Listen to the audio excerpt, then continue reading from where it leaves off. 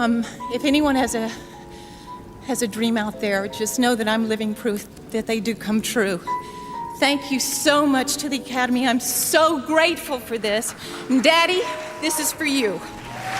She was a Bond girl, a Playboy beauty, and an Oscar-winning actress, the fantasy of an entire generation. But today, at 71, Kim Basinger hides from cameras, skips red carpets, and locks herself away for months at a time. How did Hollywood's sex symbol vanish into fear and silence? What happened to Kim Basinger is darker than any role she ever played. In the 1982nd and 92nd, Kim Basinger was everywhere. Her face wasn't just in movie posters, it was etched into the cultural memory of a generation. She was the woman who left audiences spellbound as Domino Patachi, the Bond girl who outshone even Sean Connery's swagger.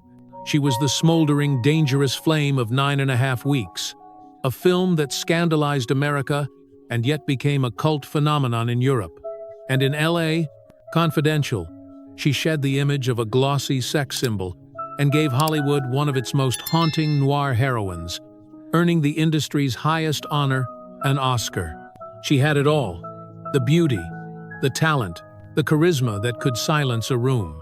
Kim Basinger didn't just play characters, she embodied fantasies, nightmares, and desires that audiences didn't even know they had until she appeared on screen.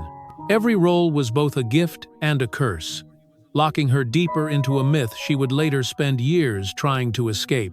But behind the dazzling facade, something fragile was always there. Beneath the bold posters, the magazine spreads, the daring roles, was a woman who had been painfully shy since childhood, a woman who could faint simply from speaking in public. Fame made her larger than life, yet it also became a cage she couldn't break free from. That's why the contrast today is so startling. Once the embodiment of Hollywood's raw, sensual power, Kim now spends months hidden indoors, avoiding crowds, skipping even the smallest red carpet appearances. The same spotlight that elevated her turned into a harsh glare that nearly consumed her. The question grows heavier. How does someone go from setting screens on fire to locking herself away from the world? To answer that, we need to go back long before the fame, long before Hollywood, to a young girl in Athens, Georgia, who could barely find the courage to order food at a restaurant. To understand the woman Kim Basinger would become, you have to picture Athens, Georgia, in the 1952nd. That's where Camilla Ann Basinger, known to the world as Kim, was born on the 8th of December, 1953, the third of 5 children. Her home was not glamorous, not filled with Hollywood's glitter, but with a curious mix of discipline and creativity. Her father, Don, was a former Army bandleader and a passionate jazz musician who once dreamed of stages and spotlights. Yet, to feed his family, he settled for a stable job as a loan manager. He carried with him the weight of a dream unfulfilled, but he never let music leave the house. Her mother, Anne, had been a model, a swimmer, and even a dancer in theatrical, aquatic musicals, the kind that mirrored Esther Williams' synchronized spectacles. But like so many women of her generation, she gave up ambition for motherhood, pouring all her energy into raising her children. Between those two influences, a father of hidden longing and a mother of quiet sacrifice, Kim's childhood was surrounded by music, laughter, and the encouragement of performance. Yet, inside, she felt an overwhelming shyness that strangled her voice before it could ever reach the world. Her siblings teased her for her inability to order food at a diner. In school, she froze when a teacher called on her to answer. On one occasion, simply being asked to speak in front of classmates overwhelmed her so much that she fainted. Kim wasn't just shy, she was imprisoned by her own fear of being seen. Her parents, recognizing this, enrolled her in ballet and acting classes, hoping the rhythm of dance and the structure of performance might pull her out of her shell.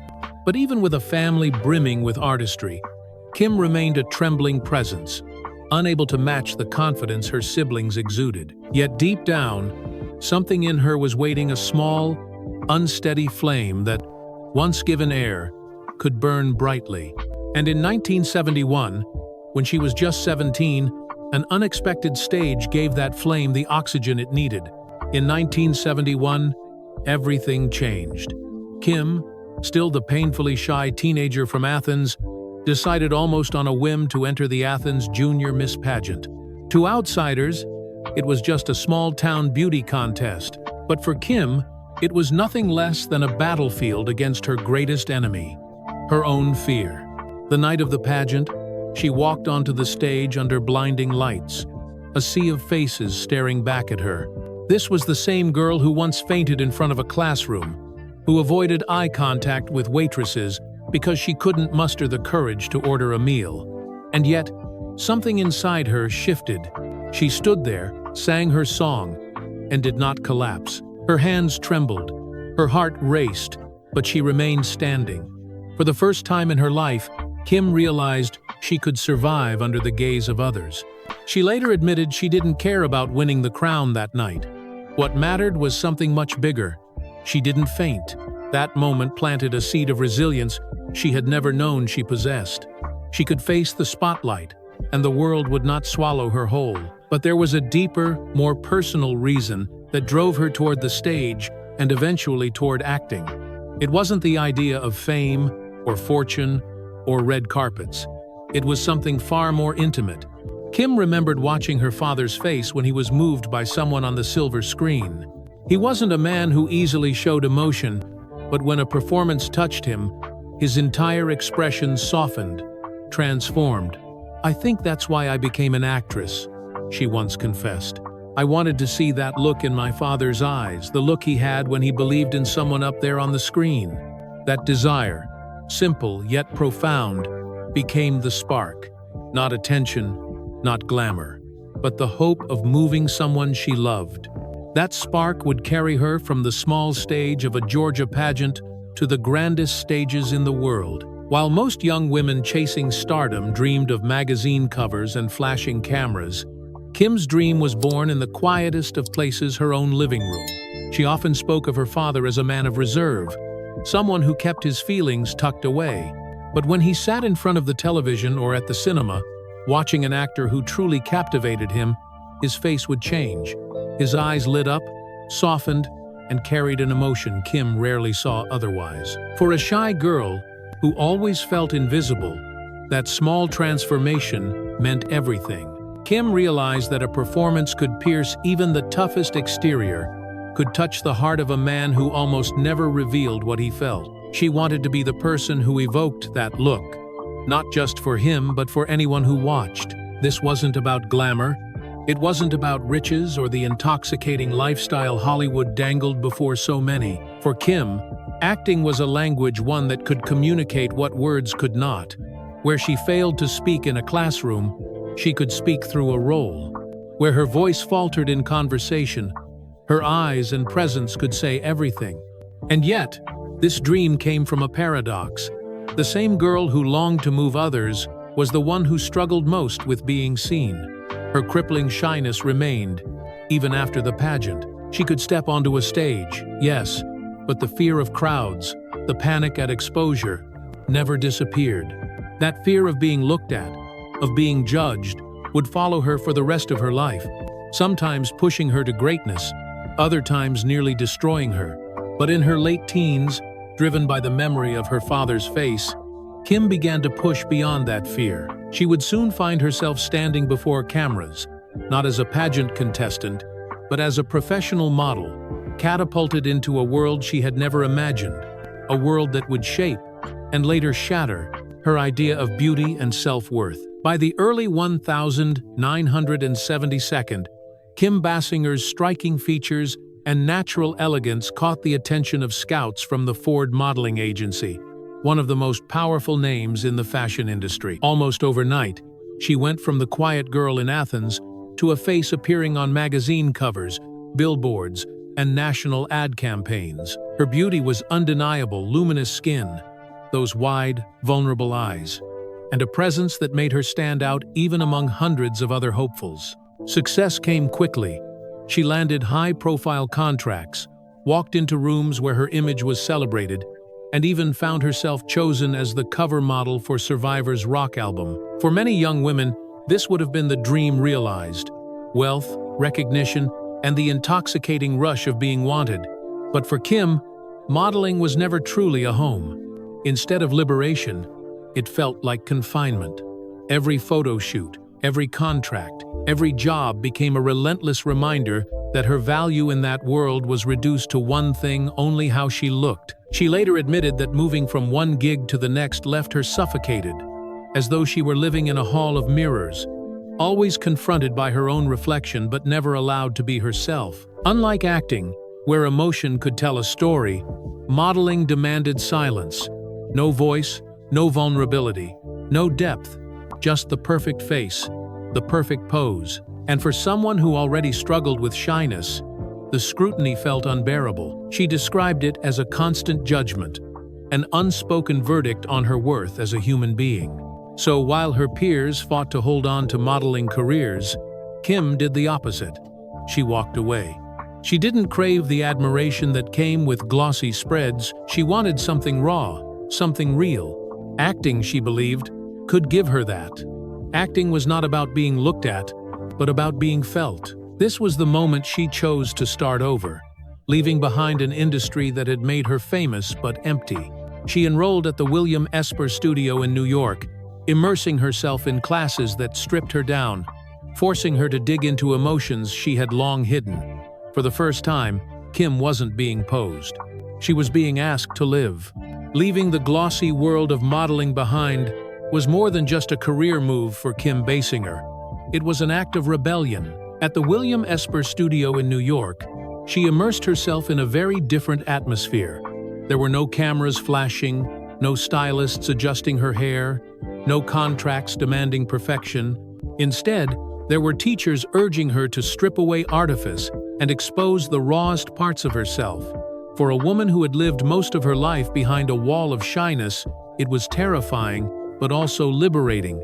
She started with the smallest of steps, audition after audition, most ending with rejection. The roles she landed were tiny, nameless characters on television shows, blink and you'll miss it parts that barely paid the bills. But Kim wasn't discouraged. Each minor role was a chance to practice, to test whether she could hold her ground in front of the camera without crumbling. Still, the shadow of doubt lingered. To Hollywood, she was just another pretty face from the modeling world, a woman better suited for advertisements than serious acting. Casting directors often looked at her with skepticism. Could a model really become an actress? The stigma was heavy, and Kim knew it. But instead of waiting for someone else to give her permission, she decided to carve her own path. In 1981, she made a bold, controversial choice. She posed for Playboy. At first glance, it seemed like another modeling job, a beautiful woman in front of a lens. But for Kim, it was a statement. She wasn't trying to shock. She was challenging the world's prejudice. Yes, I am beautiful. Yes, I was a model. But I refuse to be dismissed.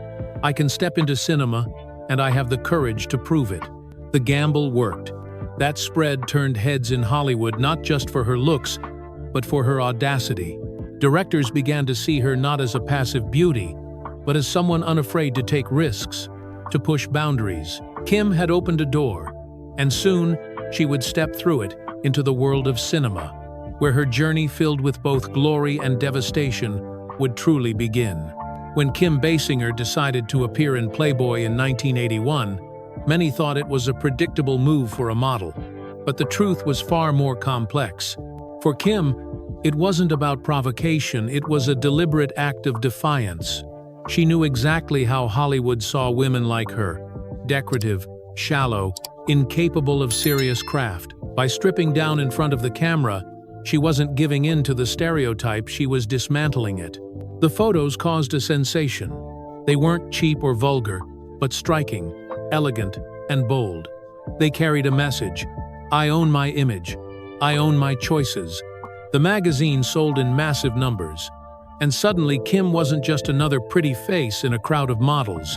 She had everyone's attention. More importantly, she had Hollywood's attention. Soon after, offers began to roll in. Producers who once wouldn't give her a second glance started to call. Casting directors who had dismissed her as just a model began to reconsider. The spread had done what years of small auditions couldn't. It made her undeniable. Her big break came in 1983, when she was cast as Domino Patachi, opposite Sean Connery, in Never Say Never Again. It was more than just a role, it was the Hollywood baptism every aspiring actress dreams of. Starring as a Bond girl catapulted Kim into global recognition. The film grossed more than $160 million worldwide, and with it, Kim was no longer a background player. She was a leading lady, a new international sex symbol. But even as she basked in the glow of sudden fame, Kim refused to settle into the easy path. Many actresses would have happily remained in the Bond girl mold, but Kim wanted more. She was determined not to be reduced to just a poster on teenage bedroom walls. She wanted to prove she could act, really act. Her next choices reflected that hunger. Instead of playing it safe, she sought out roles that were emotionally complex, even controversial. Hollywood had handed her the image of a sex goddess, but Kim Basinger wasn't content to be worshipped. She wanted to be remembered. The release of Never Say Never Again in 1983 marked Kim Basinger's first real leap into the cinematic spotlight. Standing alongside Sean Connery, the most iconic James Bond of all, was no small feat. As Domino Patachi, she wasn't just another accessory in a Bond film. She radiated a presence that made audiences pay attention. Her blend of innocence, allure, and quiet strength gave the role more weight than most Bond girls had ever been allowed. The film's global success, grossing more than $160 million, instantly stamped Kim as Hollywood's newest sex symbol. Her image was everywhere. Magazine spreads, late-night talk shows, interviews that painted her as the dazzling new face of American cinema. To the public, she looked untouchable, the kind of star destined to ride the wave of glamour for decades. But Kim herself was never comfortable in that single box. She didn't want to remain just the Bond girl. She wanted to be taken seriously, not for her beauty, but for her ability to inhabit characters. And so, instead of basking in safe roles, she deliberately sought out projects that challenged her. In 1984, she starred in The Natural opposite Robert Redford, playing Memo Paris, a woman who was sharp, unpredictable, and deeply flawed. It was the kind of role that demanded emotional precision, and Kim delivered. The performance earned her a Golden Globe nomination, the first signal that she was more than just a Hollywood ornament. Critics, often harsh toward models turned actresses, began to soften. Kim Basinger had proven she could act, but it was her decision in 1986 that would define her legacy and also burden it. She accepted the lead in 9.5 Weeks, a film so provocative and psychologically raw that it would divide audiences, ignite censorship debates, and forever alter the way people viewed her. It was bold, it was dangerous, and it would change the trajectory of her career in ways she never could have predicted. By 1986, Kim Basinger had already broken through Hollywood's first layer of doubt. She was no longer just the Bond girl, no longer simply the model-turned-actress. But when she agreed to star in 9.5 Weeks, she stepped into a role that would forever mark her career. The film wasn't just erotic, it was raw, unsettling, and emotionally brutal. Kim played Elizabeth, a woman drawn into a consuming and toxic relationship with Mickey Rourke's character. Their chemistry on screen was undeniable, but it was also disturbing. Scenes of blindfolds, food games, shower encounters, and psychological manipulation weren't wrapped in Hollywood's usual glamour. They were cold, detached, and painfully real. In America, the reaction was explosive. The film was slammed as pornographic, a regression at a time when feminism was fighting for a stronger voice. It nearly received an X rating and faced boycotts in theaters across the US. Families rejected it, critics scorned it, and at the box office, it flopped. Kim, once seen as a rising dramatic actress, was suddenly branded as a sex symbol again, this time more dangerously than ever. But across the Atlantic, the story was different. In France, Italy, and Germany, 9.5 Weeks was hailed as an avant-garde exploration of power, desire, and vulnerability. European cinephiles elevated it to the status of cult classic, and Kim's performance was dissected as art rather than scandal. For them, she wasn't degraded, she was brave. Still, the cost was steep. In Hollywood, she was typecast. The sex bomb label clung to her, and scripts offered afterward often boxed her into the same narrow image. Kim later reflected, "I don't regret it, but I gave up something big because of that movie." Ender. Ironically, the same film that gave her international notoriety also closed doors in her home industry. It was the beginning of a pattern that would repeat throughout her life, every bold choice bringing both triumph and destruction. And yet, Kim was not someone to retreat easily. Just 3 years later, she would re-enter the mainstream in one of the most iconic blockbusters of the decade, Tim Burton's Batman. After the turbulence of 9.5 Weeks, Kim Basinger could have been trapped in the role of Hollywood's scandalous sex symbol. But instead, she pivoted. In 1989, she landed the role of Vicky Vale in Tim Burton's Batman. It wasn't just another part, it was the film that redefined the superhero genre for an entire generation. Starring alongside Michael Keaton and the unforgettable Jack Nicholson, Kim brought warmth and sophistication to the role of the investigative journalist who becomes Batman's confidant. The movie was a juggernaut, raking in more than $400 million worldwide. It wasn't just a success, it was a cultural explosion. Suddenly, Kim wasn't simply the woman from 9.5 Weeks, she was part of a blockbuster phenomenon, a face etched into the late 1982nd pop culture alongside the bat signal itself. Commercial stardom had arrived, but Kim didn't stop there. She refused to ride on glamour alone. Through the 1992nd, she sought out layered characters that would stretch her artistry. And in 1997, she achieved what most actresses only dream of, a role that would silence doubters forever. As Lynn Brecken in L.A. Confidential, Kim transformed. She played a high-end escort modeled after Veronica Lake, a woman caught between the corruption of 1952nd Los Angeles and her own fragile pursuit of dignity. Her performance was quiet but devastating, subtle yet unforgettable. Critics who once sneered at her modeling background now praised her depth, her restraint, her ability to bleed emotion without saying a word. The role earned her an Academy Award, a Golden Globe, and a Screen Actors Guild Award. Standing on that Oscar stage in 1998, she wasn't just thanking the Academy, she was proving every skeptic wrong. Kim Basinger had conquered Hollywood on her own terms, climbing from small-town shyness to international acclaim. And yet, as so often happened in her story, the peak was only half the truth. Because while her career reached unimaginable heights, her personal life was already descending into shadows that would nearly consume her. While Hollywood celebrated her on-screen triumphs, Kim Basinger's personal life was far less golden. Long before the Oscar, before the headlines that painted her as Hollywood's ultimate femme fatale, Kim had already experienced a marriage that revealed just how fragile her private world could be. In 1980, while filming Hard Country, Kim met Ron Snyder, a makeup artist who seemed, at first, like a steady anchor in her unpredictable new life. He was gentle, supportive, and willing to step into the background while Kim's career began to rise. For a woman who had always wrestled with anxiety and insecurity, Ron appeared to offer the kind of stability she desperately needed. That same year, however, her inner battles erupted.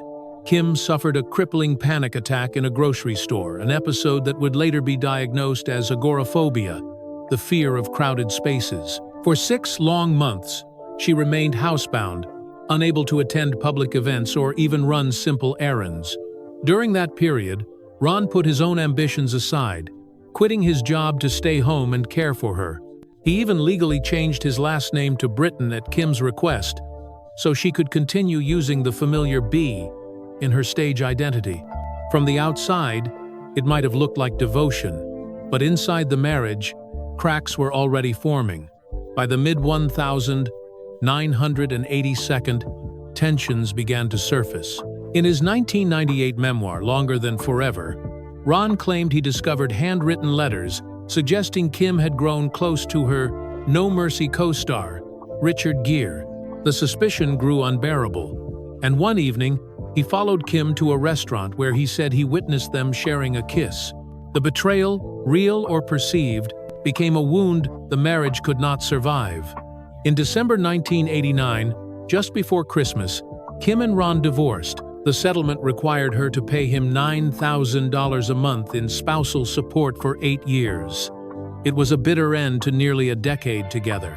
And yet, true to her nature, Kim never lashed out publicly, never aired grievances in interviews. The only comment she ever allowed herself was quietly reflective. It was a part of my life, not the most pleasant part, but one I can't erase. I sprawned. For Kim, the collapse of her first marriage left scars that made her wary of love, yet also drove her into a whirlwind of short-lived, emotionally charged relationships.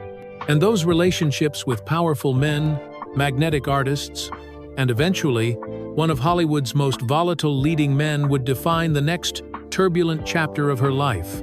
After her marriage to Ron Snyder ended, Kim Basinger seemed determined not to let heartbreak trap her in silence. Instead, she threw herself into a series of intense, fleeting romances that reflected both her longing for connection and her deep mistrust of permanence. Each relationship was a spark, a fragment of fire in an otherwise turbulent emotional landscape. One of the most notorious was with Hollywood producer John Peters, who openly described their time together as passionate, complicated, and even disruptive. On the set of Batman, where Kim was already under the world's spotlight, Peters boasted that they were living together and that she even helped him rework parts of the script. The affair stirred tension, particularly with Michael Keaton, her co-star, who Peters claimed felt pushed aside. To the public, it was gossip.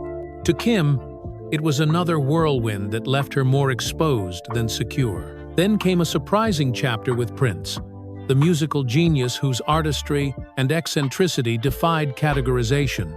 Their relationship was less about labels and more about freedom. Years later, when Prince passed away in 2016, Kim recalled their bond with a wistful smile, admitting that during that period of her life, she had no boundaries.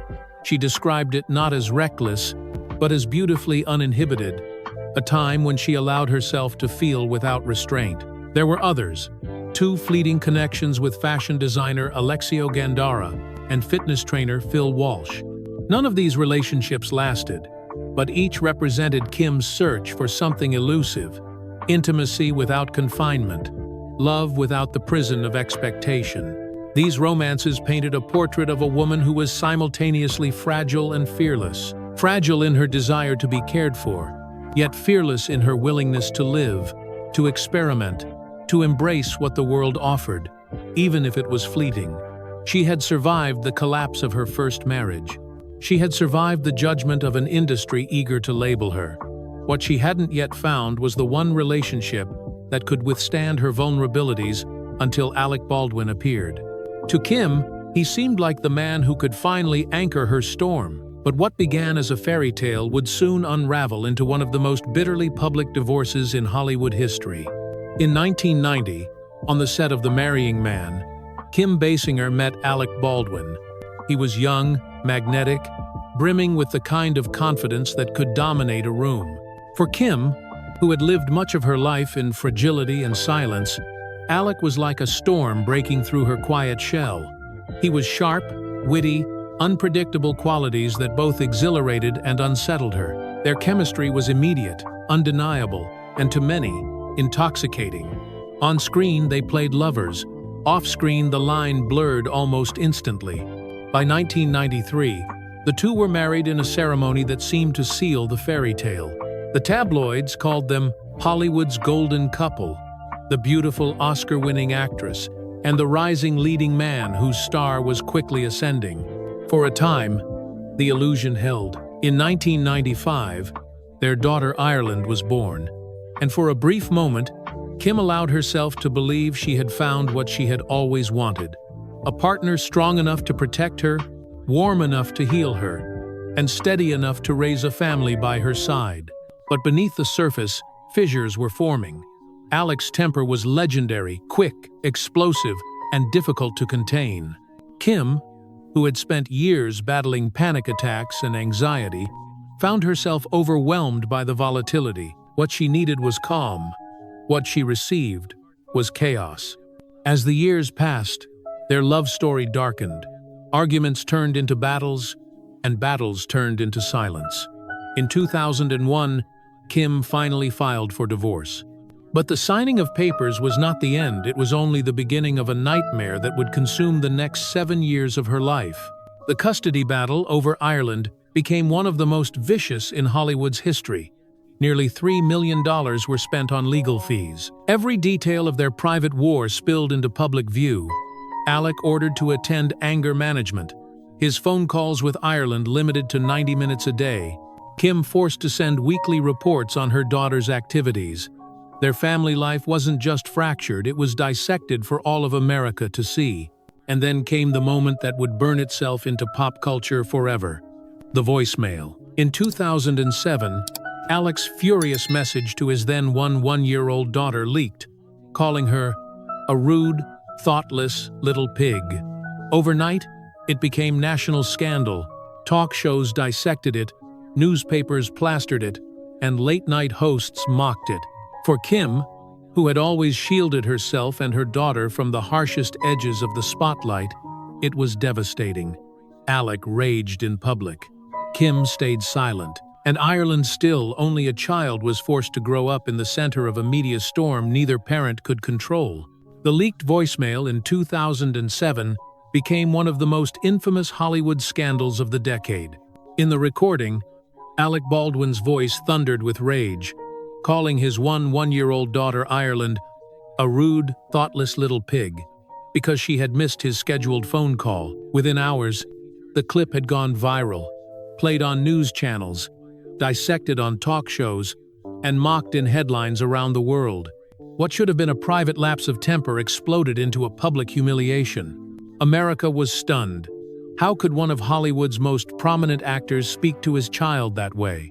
For Kim Basinger, who had spent years guarding her daughter from the harsh spotlight, the leak was nothing short of a nightmare. She didn't respond publicly, didn't lash out, didn't counterattack Alec. Instead, she retreated into silence, allowing the world to interpret events while she and her daughter bore the weight in private. Alec eventually issued a public apology, admitting that his frustration had gotten the better of him, saying, "I'm sorry for losing my temper with my child." Some people will do anything to destroy the bond between a father and his child. His attempt at explanation, however, did little to erase the damage. The recording had already etched itself into public memory. For Ireland, the moment was confusing but, in her words, not devastating. She later defended her father, insisting, "He said that out of anger.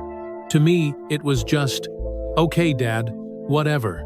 Years later, she even joked about it, posting a photo of herself holding a children's book titled, "If I Were a Pig," with the caption, "Of course I'd be a rude, thoughtless little pig."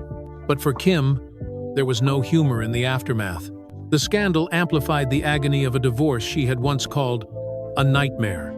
She became even more reclusive, confining herself to her home for months, shutting out the world. The woman who had once graced red carpets and magazine covers now barely opened her front door. Fear and exhaustion became her constant companions. The custody war left wounds on everyone. But for Kim, its cruelty reinforced a truth she had always known. Divorce is hardest on the child. In interviews, she admitted, "Divorce always hurts the child, no matter how you justify it. And ours, it was a nightmare." Through it all, she clung to her bond with Ireland. She raised her daughter with as much freedom and love as she could, encouraging her to write on the walls if she wanted, to grow up surrounded by animals, friends, and light anything but fear. And Ireland, in return, never wavered in her loyalty. She once said, "I've always had a really great relationship with my mom. She's the only one who never let go." That unbreakable bond became Kim's lifeline through the darkest years of her personal life. But even as she tried to heal privately, another storm, this time professional, was waiting just around the corner. In the years following the divorce and the media storm of the voicemail scandal, Kim Basinger became a shadow of the woman the world once knew. Once she had been the glamorous Bond girl, the fearless star of 9.5 Weeks, the Oscar-winning actress who could command the screen with a single look. Now she was a recluse, retreating deeper into the silence of her own home. For months at a time, she locked herself indoors, drawing curtains against the outside world, ignoring phone calls, refusing invitations, and avoiding even the simplest interactions. It wasn't just the paparazzi she feared, it was people in general. Crowds, strangers, even acquaintances became unbearable. Her agoraphobia, first diagnosed in the 1982nd, returned with a vengeance. The bright lights and flashing cameras that once made her a star now seemed like weapons. Hollywood, with its hunger for scandal and gossip, had devoured her privacy, leaving her too fragile to step outside. But there was one constant that pulled her back from the edge: her daughter, Ireland. Kim threw herself entirely into motherhood, determined to give her child the freedom and warmth she had struggled to find in her own life. She wanted Ireland to live without fear, without the crushing weight of judgment, without the suffocating need to perform. Their home became a sanctuary filled with animals, music, and laughter. Kim allowed Ireland to scribble on the walls, to explore without limits, to grow up surrounded by love instead of conflict. And in return, Ireland became her mother's fiercest ally. Despite the chaos of her parents' public war, she stood by Kim, calling her not just a parent but her truest companion. On Red Table Talk, years later, Ireland openly said, "She's the only one who never let go." This bond, unshakable and sacred, became the reason Kim could endure. While Alec Baldwin rebuilt his public image and moved forward with his career, Kim stayed out of the spotlight, focusing instead on protecting what mattered most. Fame had betrayed her, love had wounded her, but motherhood, that was the one role she never abandoned, the one performance that wasn't an act. Still, even as she clung to Ireland for strength, Kim's battles weren't over. Hollywood, once her kingdom, was about to turn its back on her in a way she could never have foreseen, through a courtroom drama that would strip her not only of millions, but of her standing in the industry itself. In 1991, at the very height of her career, Kim Basinger faced a choice that would change her life forever. Fresh off the success of Batman and still riding the notoriety of 9.5 Weeks, she was approached with a script that was as bizarre as it was provocative: Boxing Helena, written and directed by Jennifer Lynch, daughter of the legendary David Lynch. The film told the story of a psychotic surgeon who, after being rejected by a beautiful woman, kidnaps her and amputates her limbs in a twisted attempt to keep her forever. At first, Kim seemed intrigued. She met with the director, read an early draft, and even gave verbal confirmation that she was interested. That was enough for the producers at Mainline Pictures to secure financing, attach her name to promotional material, and set the wheels of production in motion. But when Kim read the revised, more graphic version of the script, her instincts screamed no. It was too dark, too grotesque, and too damaging to the carefully balanced image she had fought to build: sensual, sophisticated, and intelligent, not mutilated and degraded on screen. She walked away. She thought it was a simple decision. Hollywood was full of actors who backed out of projects. But this time, the studio didn't let it slide. Mainline Pictures filed a lawsuit, arguing that her withdrawal had destroyed the film's financing and cost hundreds of people their jobs. The case became a media circus. The studio's president publicly accused Kim of arrogance, saying, "A star can't just be beautiful and famous. They have to be accountable for their word." The trial was brutal. For weeks, her every move was scrutinized in court. The jury ultimately ruled against her, declaring that her verbal agreement constituted a binding commitment. The verdict was devastating. Kim was ordered to pay $8.9 million in damages, $7.4 million in lost profits, and $1.5 million in penalties. It was unprecedented, No Hollywood star had ever been punished so severely for backing out of a role. The press called it the lawsuit that rocked Hollywood ethics. Kim's attorney insisted she had been unfairly targeted because she was too famous, too beautiful, too successful, but the damage was already done. In 1993, facing financial ruin, Kim Basinger declared bankruptcy. She sold her home, liquidated assets, and quietly withdrew from major projects. Once courted by every producer in town, she was suddenly seen as unreliable, even toxic. Her name became less a symbol of allure and more a warning: never gamble on a star who doesn't keep her word. Although she eventually reached a settlement out of court, reducing the final payout, the fallout was irreversible. Her career momentum evaporated. The roles dried up. And in a cruel twist, Hollywood, the very machine she had once ruled, turned its back on her. From the glamour of the Oscar stage to the humiliation of bankruptcy court, Kim's descent was swift and merciless. Yet the blows to her career weren't the only scars she carried. There was another wound deeper, more personal, born not from contracts or lawsuits, but from her own experience on the set of the film that had first made her infamous. 9.5 weeks. If Boxing Helena wounded Kim Basinger's career, then 9.5 weeks wounded her soul. On screen, the film was marketed as erotic and daring. But behind the camera, the process of making it became one of the most harrowing experiences of Kim's life. Director Adrian Lyne believed in raw authenticity, and to achieve it, he and co-star Mickey Rourke pushed Kim far beyond the boundaries of acting. She was deliberately isolated on set, forbidden from speaking to Rourke off-camera so that the tension and distance would bleed into their performances. Scenes were shot in ways designed not to simulate fear, but to provoke it. In one notorious sequence, Rourke was instructed to physically restrain Kim until she broke down in real tears, screams, and panic. Kim later admitted that she left the project deeply shaken. After that movie ended, I didn't want to see a single person I'd worked with again. If I saw the guy who brought the coffee, I'd kill him. It sounded like a joke, but it wasn't.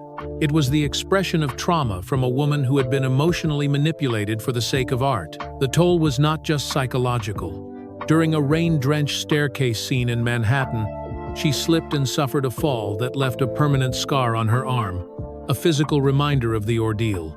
But the invisible scars cut deeper. She confessed that the film blurred her sense of self. I didn't know who I was anymore. Sometimes I hated Mickey. Sometimes I was confused. My husband and I had a terrible time throughout that film. Their marriage would dissolve only a few years later. What stung most was the way others spoke about her afterward. The director described her as instinctual, claiming she didn't really act. She just reacted, diminishing her craft to nothing more than raw nerves. For years, Kim stayed silent, refusing to relive the humiliation or expose just how much she had suffered. Only decades later did she finally acknowledge the truth. 9.5 weeks had been the most frightening experience of her career, a performance born less from artistry than from exploitation. And yet, out of that darkness came a strange resolve. The pain gave her empathy for the voiceless, for women manipulated in the name of art, for animals exploited without mercy. The ordeal hardened her, but it also awakened the activist she would later become. Still, surviving 9.5 weeks and the Boxing Helena trial left, Kim changed forever. She returned to the screen in the early 2000s, but she was no longer the luminous sex symbol of the 82nd. Instead, she delivered quieter, layered performances infused with lived experience. For those who paid attention, it was clear. The fire was still there, only tempered, subdued, reshaped by scars. But as the years passed, her presence in Hollywood grew fainter. By the 2010 second, Kim Basinger was slowly disappearing from the spotlight, this time not from scandal, but by choice. When Kim Basinger resurfaced in the early 2000s second, she was no longer the glossy sex symbol who had once defined an era. The industry had changed, and so had she.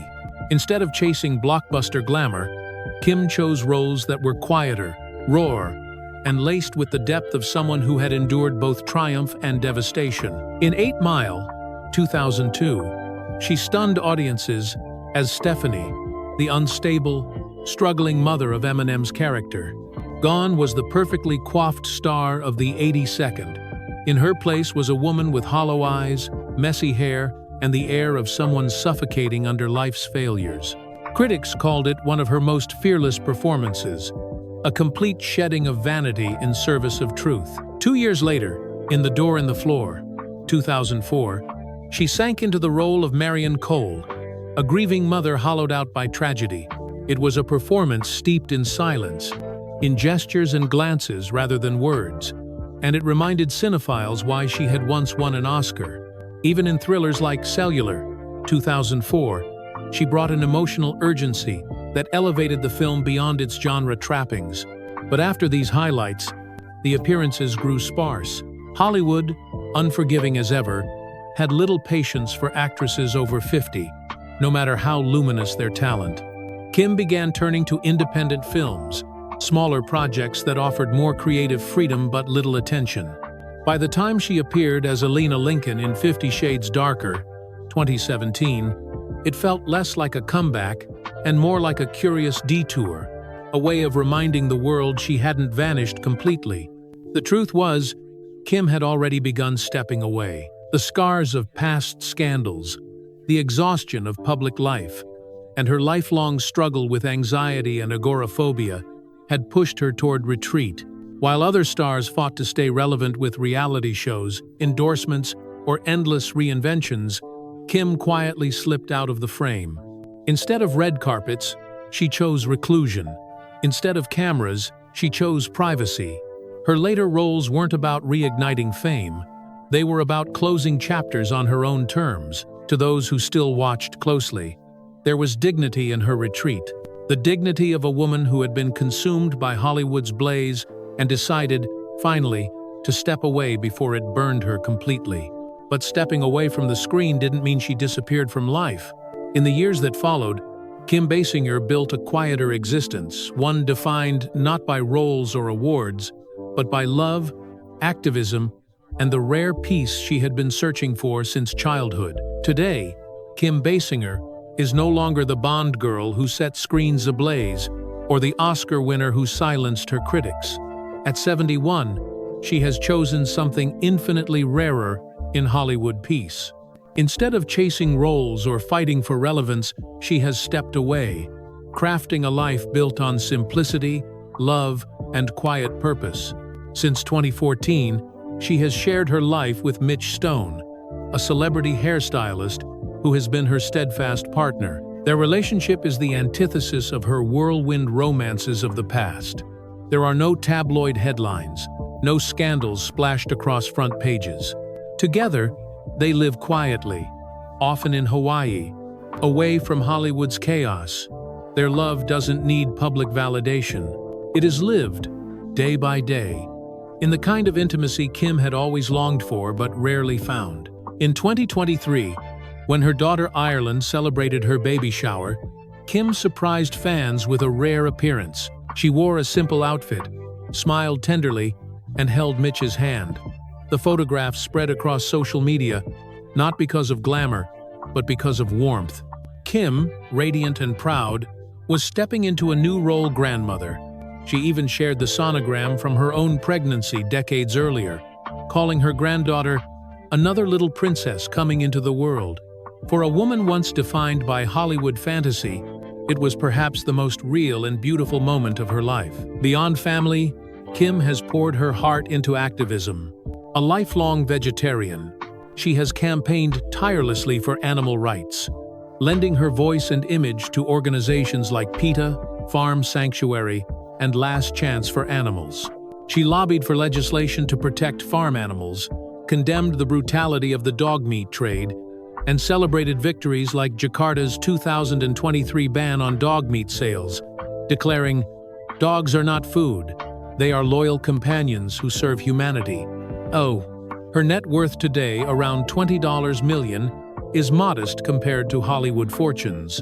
But it is enough. She does not flaunt it, nor does she seek applause.